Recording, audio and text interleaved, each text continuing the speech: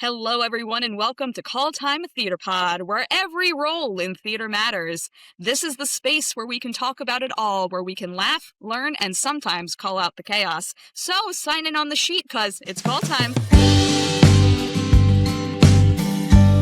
What is up, everybody? My name is Marisa, Helene, Mast, and I am your hostess with the mostest. And today we are doing another Marquee Moment, which is where we put the spotlight on a show, artist, project, what have you, because it deserves to be on your radar. So, take your seats.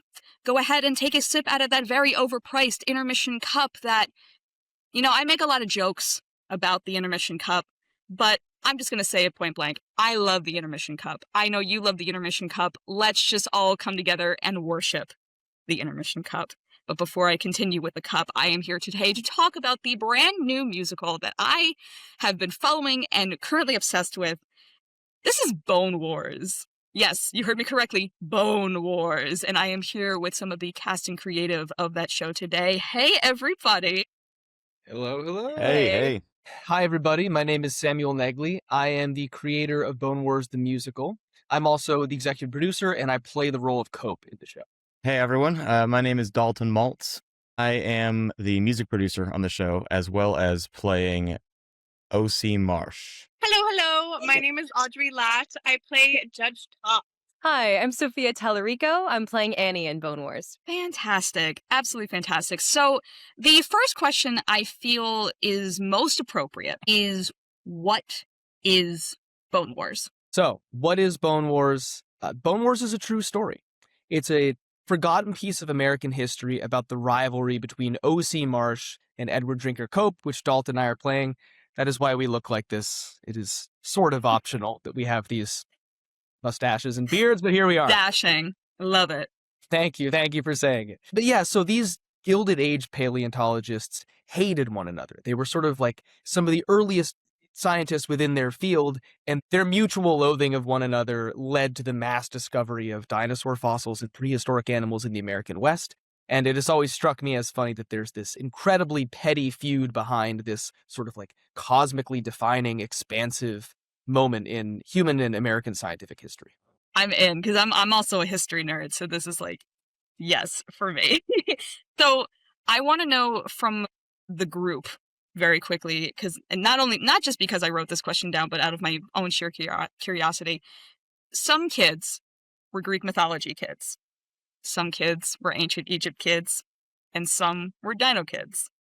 Which one were you? I mean, I'll go ahead and say that I'm still in many ways a dino kid. I recall the first thing I knew I wanted to be when I grew up was a dinosaur, and I found out that wasn't a possibility, except for through the miracle of theater, which you can actually be a dinosaur in that way. But yeah, I mean, it's something that's very accessible early age to kids. There's a lot of kids that get really into dinosaurs. I've wondered why that is in the past. Some things that have come up is how can you not be fascinated by these mythical, gigantic creatures that once walked the earth? Show me anyone who isn't interested just in that idea on its own. I was definitely a Greek mythology kid through and through. I've read that Great Dolores book of Greek mythology many times, and to me, this show is a little bit mythological in a way. I tell people it's based on a true story outside of the talking dinosaurs. I just love kind of blending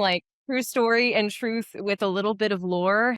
I will say that I don't think I fall into any of those three categories. However, my cat's name is Fossil Fuel, and I named him 2 years ago, so it was destiny. Yeah, I was all of those kids. But dinosaurs number one. But I loved all of that. I loved Greek mythology. I was a nerdy child. But dinosaurs were my true sort of. I would go up to my older sisters and their friends, and be like, "Do you want to see how many dinosaurs I can name?" And they're like, "Honestly, yeah, this is interesting. Go for it." And he's still doing that, but backstage. I'm still doing. Oh yeah. The song about it. Yeah. 5, 6. Okay. No, we'll save that. So was all of this to say, what was your purpose for creating the show? Was it because you were naturally gifted at just naming dinosaurs and having this passion for it? No, I started working on it during COVID, and it was an idea that I had before, and I had talked with Dalton about for many years as well. And by the time we get to 2026, he's come on and done a repass on a lot of the lyrics and music with me. So it's been kind of like incubating in our creative circle for a long time. But I think I just like knew that I'm sort of a believer in the idea that later in life, you tend to like come back to a lot of the interests that you grew out of as a kid in a way. And had this in the back burner for so long, and then COVID happened. Obviously, there was little to do. And I was like, well, no time like the present to sit down and do a lot of research and write something that's going to be sort of extensive and time consuming. And so that was sort of the driving factor was being sequestered in my parents' house in North. So, here we are. Yeah, but No why longer this? in our Why this parents' story? house, I'd like to know, but I love like a weird historical juxtaposition that, again, I think I said a version of this before, but I love the idea that this deeply petty, just unnecessary, toxic male feud that had 100,000 off ramps along the way simultaneously sort of destroyed these two people, but also was a driving factor behind this extraordinary series of discoveries that did fundamentally change not only the course of history, but sort of elevated the United States to a sort of like new moment in global scientific sort of community building and recognition. And so it's just always struck me as hilarious that you can have these two things happening at the same time, and our personal, interpersonal actions can be so sort of distant from like the historical consequences. And yet ultimately they're remembered more for their feud than for their achievements. So it all kind of comes out in the wash in some weird way.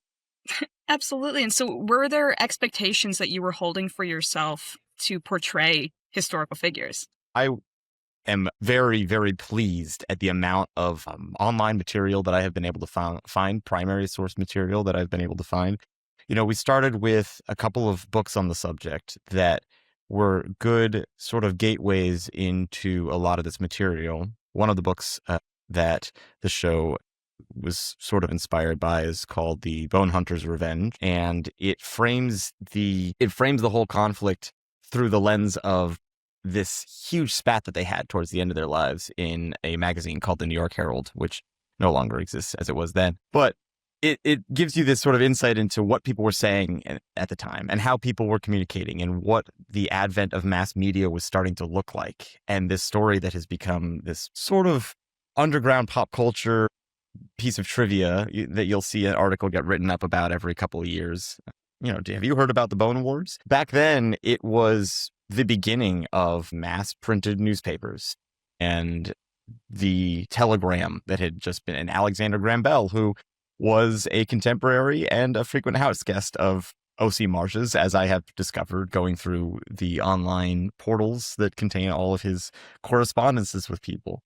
And beyond just getting a sense for the context of the time, what I think is the most hilarious aspect of this is you had people who were so committed to one thing, but because of how much pen and paper was saved, letters and writings and diaries, I've been going back through Marsh's diaries, which are all online to read, and you have pages and pages of him just basically talking about the weather and making little in-jokes for himself, not thinking maybe that in 150 years somebody is going to be reading this and using it as character inspiration to learn more about this guy. So finding these sort of portraits of humans that lived much like we dig up dinosaurs and make assessments of them based on the pieces that we can see. In the same way, we're kind of reconstructing personalities from the past based on the materials that are available to us. And to me, it's just, as a history buff, nerd, whatever you want to call it, it's endlessly exciting. This is scratching so many itches in my brain. And this is, I love a piece that can be as absurd can be, but you also have some educational moments. You learn something from this. Are there any pieces of information that you have included in the script that might surprise people? I mean, I was actually going to bring up doing the historical research for Annie as Cope's wife was very eye-opening. There are a couple fun facts that I remember bringing into rehearsal that might have been a little bit shocking, but I found out that we were like distant cousins first and foremost, which was hilarious. What? So, I mean, that's how it was. We were both Quakers, and I have so much respect for her, and I really wanted to learn as much as I possibly could about her so I didn't make, judgments or choices that were super out of line. She outlived Cope by at least like 40 more years. She was a twin in the middle of like 9 siblings. And her journal isn't available online. However, there's something called a commonplace journal, which is more a collection of poems and pictures and things that you would kind of revere or like look up to.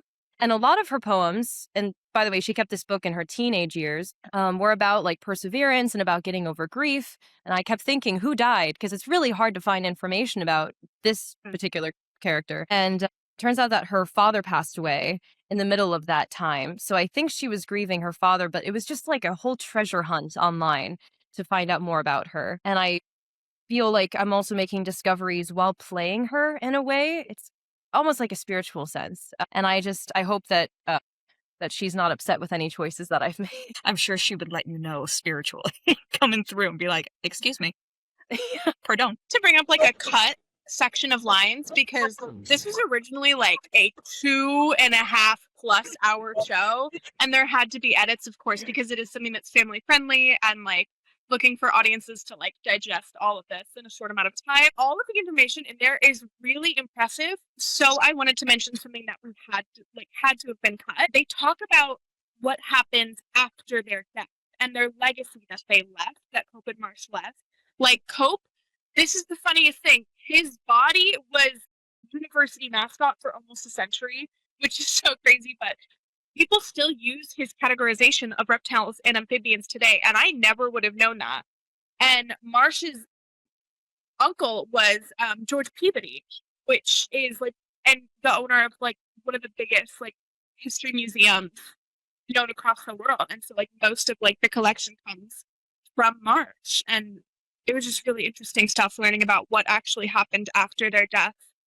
On top of you get to learn a whole bunch about what happens during their life. I would love to take a moment to talk about the thing that I was most excited to see. One of the things I was most excited to see on socials, which are your dino heads and just the art that is the beautiful sculpture of these head pieces. I would love to talk about the artistic development of those, the design, and also just like what's it like to wear them, and would you wear them as everyday clothing after the show closes? Because they gotta be used somewhere else, and I think that they are chic as hell. So we knew early on that if we were going to put dinosaurs on stage, that it was either going to be something we'd invest a lot of effort in or do in a kind of like hyper minimalist way. And we decided effort. And I'm assuming there's a lot of like fellow indie theater folks out there who watch this, and like one calculation we had that I think has worked out very well for us is to kind of consolidate that particular scenic element with our marketing budget to some extent, right? And that way we could like actually make them look very stylized and also useful so that they're not so cumbersome. We found a guy online, Elliot Christian, Walking Legend Studios, and he's brilliant. He knew the history of the Bone Wars. He jumped right in. He really met us where we were at too as an independent company and went the extra mile. So we've just been blown away with his effort and his attention to detail and his enthusiasm and willingness to collaborate with us on really every aspect of it, including his little videos that are, like the building and the process stuff that just helped us continue to kind of generate some excitement leading up to the debut. So yeah, they're like an iconic feature of the show that I don't know what exactly the future holds for them, but Audrey, how is it to wear? How would you be Judge Shops forever? Is that the question? Yes. No, I love my dino head so much. I love her so much. She is fantastic. I will say when we got them, I was really scared because it's very low visibility.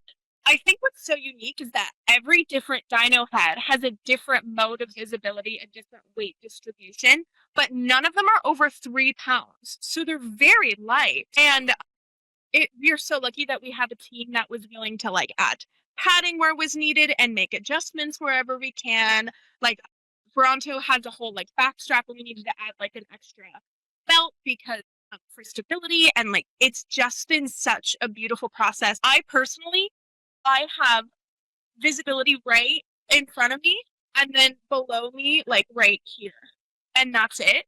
And my head is freaking massive. Like I can't even like reach my hand all the way up to like where it ends. It's just a giant halo. And so I can't walk through doors, but Who needs doors?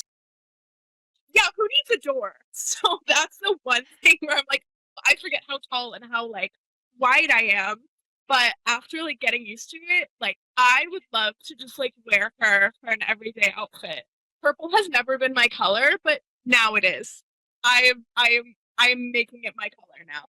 Amazing, incredible. And I will admit, one of the reasons I wanted to ask this question about that is because so I'm a former mascot, and wearing the head.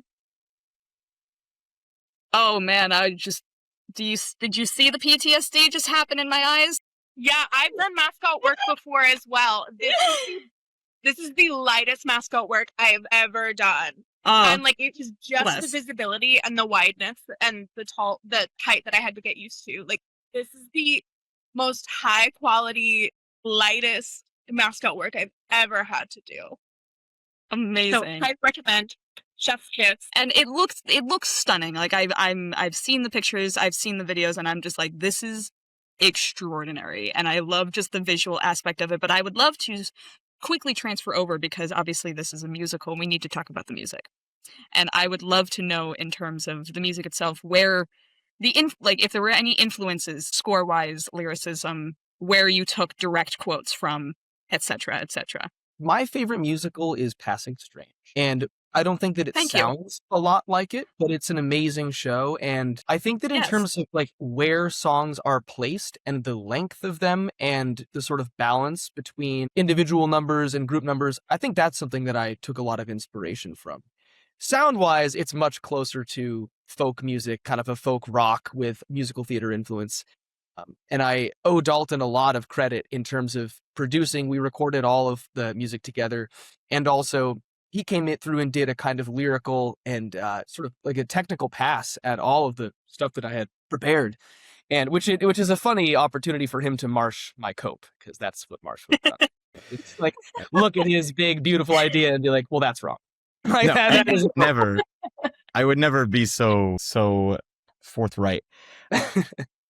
No, Sam, you are incredibly prolific. And Sam and I have been writing music together and playing music together for over a decade at this point in various different sort of acts or outfits. And what you can do, Sam, of putting that amount of different ideas into a singular project and tying them together cohesively and not being daunted by the sheer scale of the work.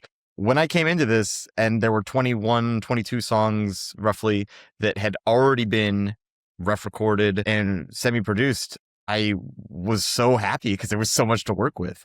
And so much of it, as people have been saying coming out of the theater, is incredibly catchy. The ability to know where you're going with your melodies and know what you want out of each song is something that makes this work. And it made my job easier because when I came in, I was noticing certain small thematic things happening, maybe in one song over here or in another song over here. And I was hearing room for them to fit in with each other. And I was seeing all of these songs that you had written as sort of like a big puzzle that could be slightly rearranged in ways to make it suddenly have a clear image. And so going through all of these songs and pulling out these little 1 measure, 2 measure motifs that Sam was sneaking into his music while simultaneously incorporating some things I felt the need to bear homage to.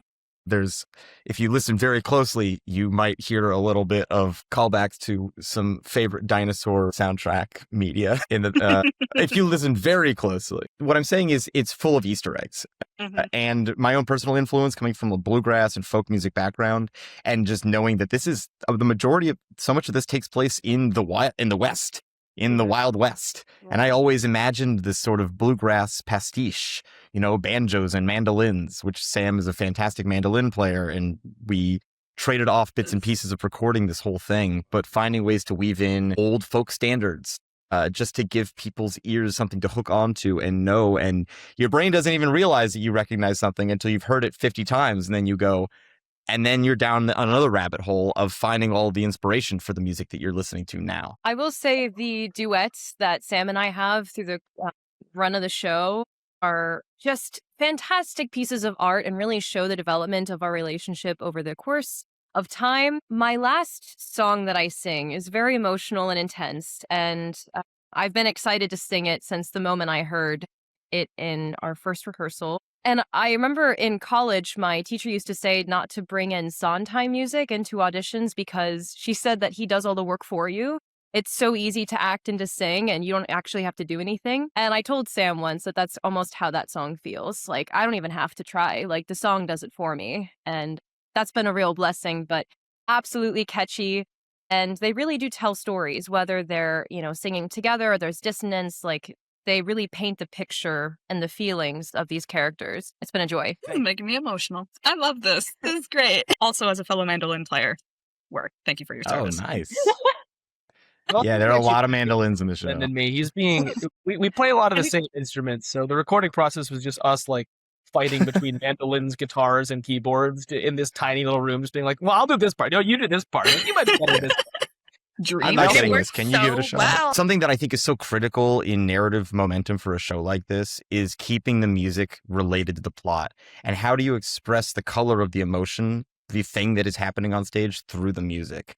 And not have it sound samey and have it move forward. And one of the things that Sam and I were often asking ourselves throughout the entire thing was, what is happening at the beginning of this? And what is happening where is this leading towards? What's happening at the end of the song that wasn't true at the beginning when people started singing? And that can supply musical inspiration, which was very interesting to hear when little things would come out. This music is an absolute beast. I can't even begin to talk about it. Every single character has their own different musical styling, and you can hear it, especially in like our big Act 1 finale and our Act 2 opener. You can hear every single character has their own musical line, and Judge Tops is just built. That is the musical line, is scream into the stratosphere and hope it sounds good. Any chance of friendship was left behind. Your eagles are destiny intertwined. I am so grateful that Sam has let me discover which keys are actually the most sustainable, because I am not a soprano in any world, and this role was definitely originally written for someone who is very comfortable above the staff, and it's been such an easy process because of that. And now I'm able, it's just a breeze to get through every night. I have to know, Sofia and Audrey, you see an audition notice for something like this. What are you thinking in those moments? I don't want to be like, what were you thinking? No, but you see an audition for notice for something so cool and unique like this. What were your thoughts? I remember scrolling through Backstage, submitting for things, and I came across Bone Wars that said, an exciting new musical about dinosaurs and paleontologists. And one part of me was like, oh, this sounds so cool. And the other part of me was like, this sounds crazy. I have no idea how this is going to turn out. Do I want to wear a dinosaur headpiece? I guess I'll just submit. I literally almost clicked past it, and something in me was just like, I'll just submit on here and see what happens. And then and then we're here. And in the beginning, this is so silly, but I just have to say it. When I got called for Annie, a little part of me was sad because I wanted to be a dinosaur, but I'm not upset about it at all now. I'm so honored to play this role. And the dinosaurs, everyone who's playing them is just absolutely kicking butt.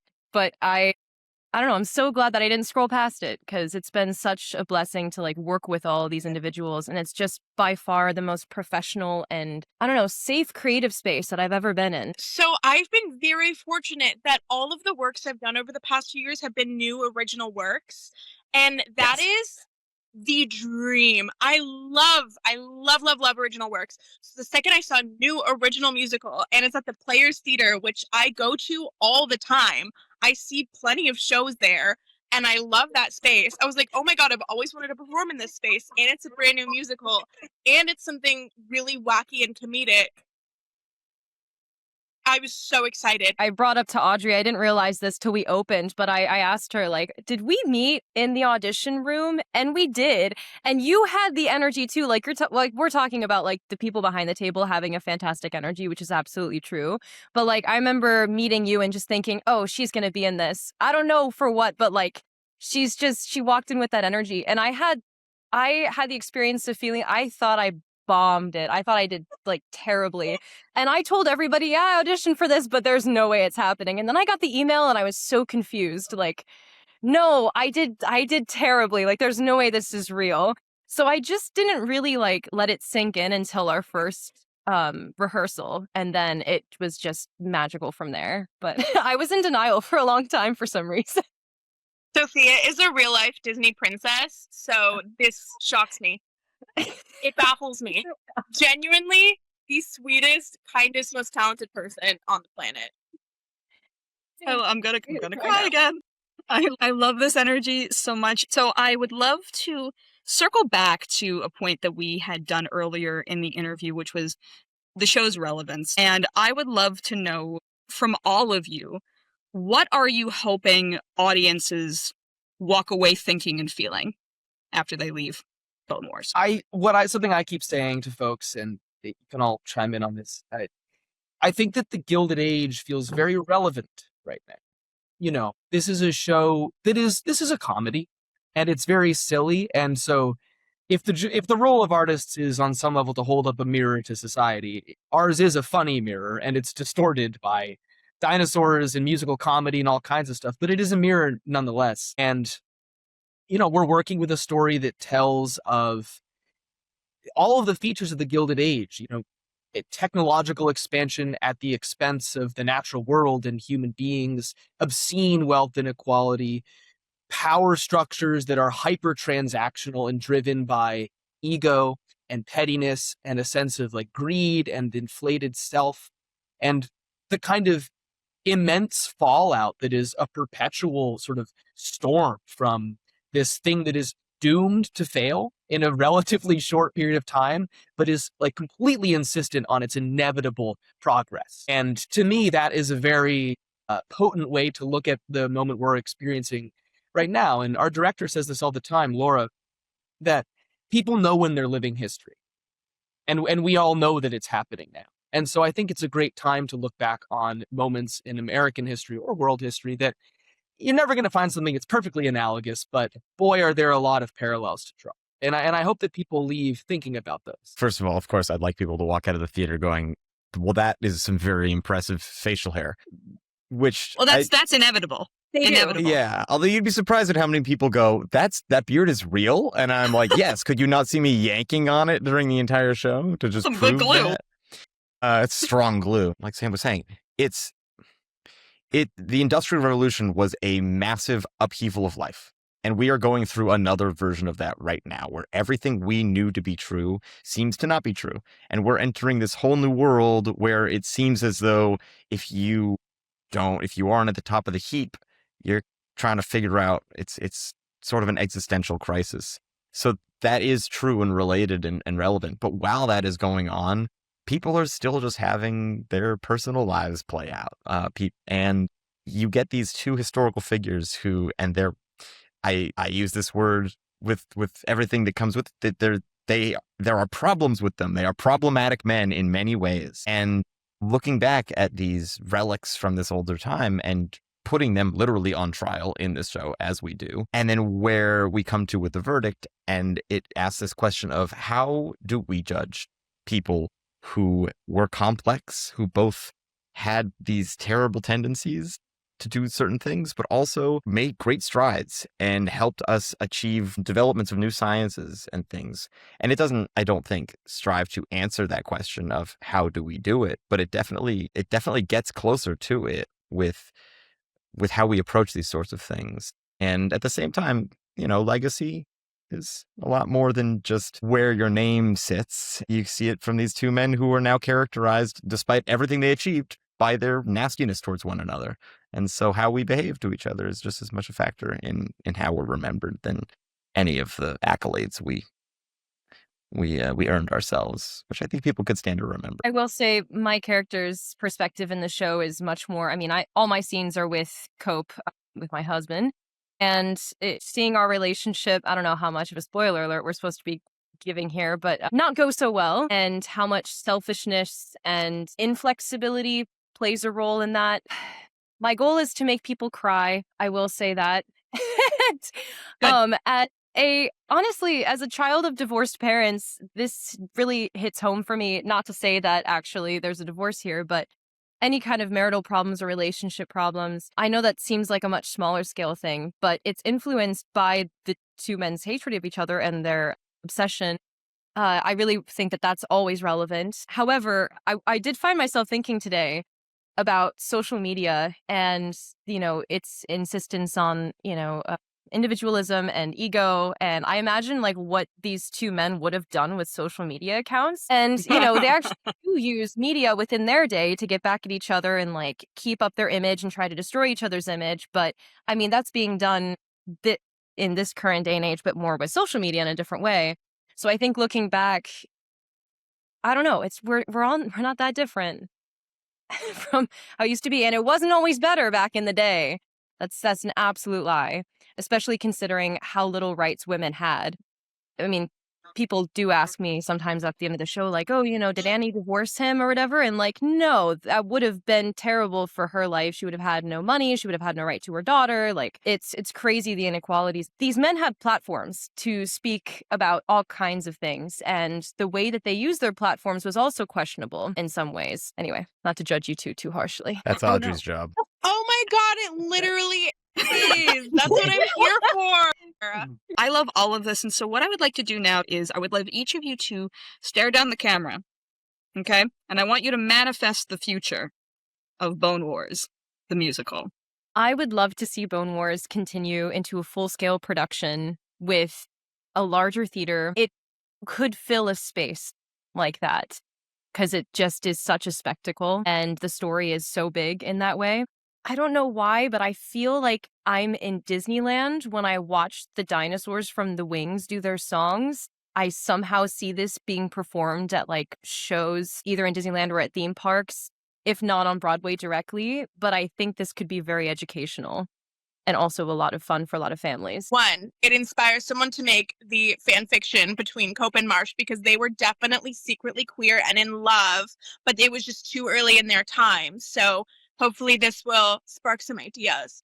Secondly, this could be a really powerful piece for all sorts of families. So for it to have some kind of like children's theater runaround, like maybe like going on a little national tour, like going to schools and all that fun stuff, it's very educational, but also very funny. I think that this is an incredible show for families especially, and it really activates something in kids particularly.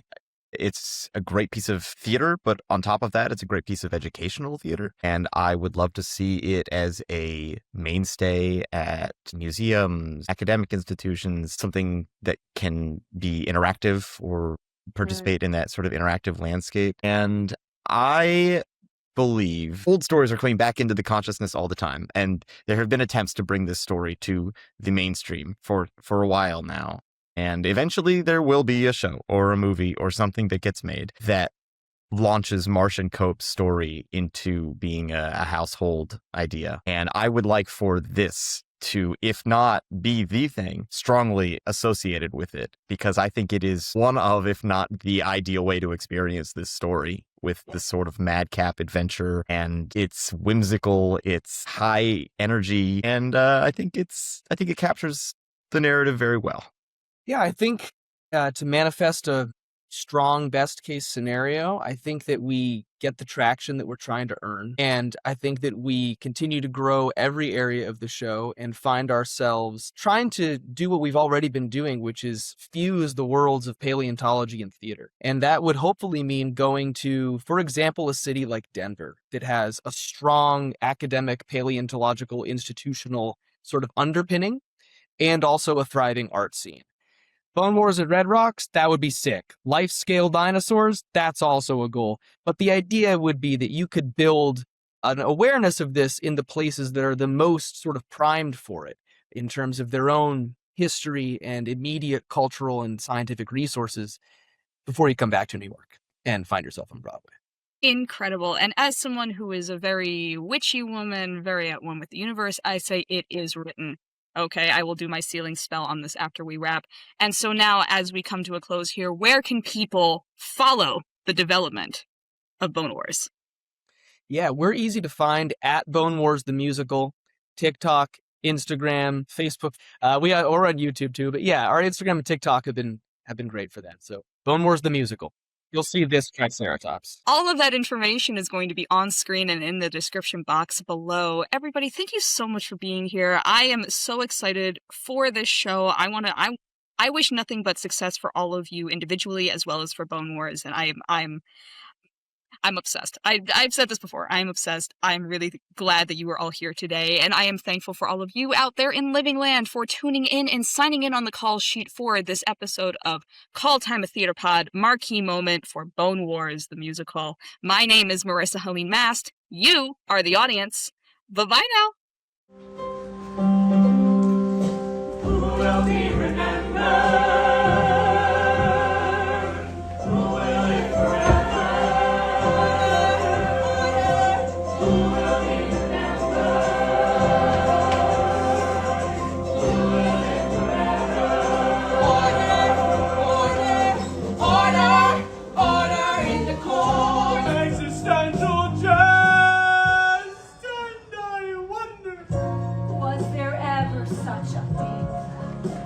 A brontosaurus. The science keeps changing,